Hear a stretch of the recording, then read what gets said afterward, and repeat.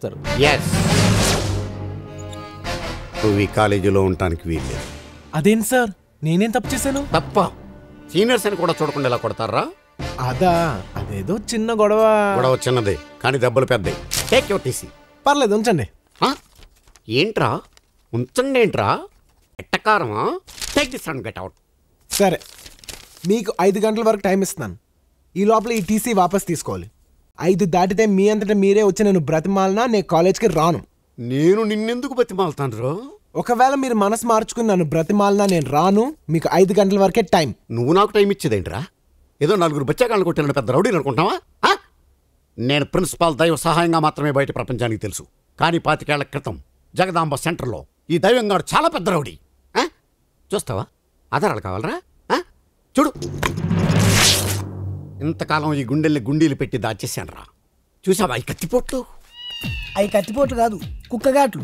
బాగా తాగేసి ఇడిలు అనుకుని పక్కింట్లోకి వెళ్తే ఆ ఇంట్లో కుక్క ఇడి మీద పడి రక్కేసింది.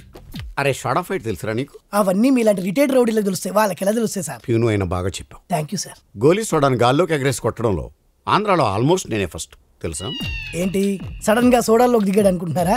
పాపం వీళ్ళ నాన్న సోడాలమ్మి వీని పీజీ దాకా చదివించాడు. నాన్నగారు సహాయం, మై సన్. ఇక మీదట మీరు ఇలా ఎండలో నిలబడి సోడాలు కొట్టక్కర్లేదు నాన్నగారు. ఏం బాబు నువ్వు కొడతావా? లేదు నాన్నగారు, నేను పీజీ ఫస్ట్ క్లాస్లో పాస్ అయ్యాను నాన్నగారు. మిమ్మల్ని అద్దాల మేడలో ఉంచుతాను. రేపటి నుంచి మన జీవితమే మారిపోతుంది. అలాగా? ఎంత శుభవార్త చెప్పావు బాబు. ఉండు, నీకు కలర్ సోడా కొట్టిస్తాను.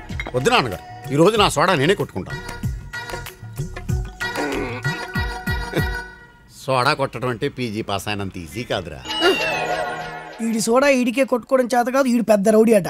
రే, ఆ సోడాలన్నీ వదిలేసి ప్రిన్సిపాల్గా ప్రశాంతంగా బ్రతుకుతున్నాను రా. నాలో ఉన్న రౌడీని నిద్ర లేపొద్దురా ప్లీజ్. చిన్నపిల్లలరా మీరు. వెళ్ళిపో. Sorry sir. నాకే టైం ఇస్తావురా? ఇంతమందిని రా.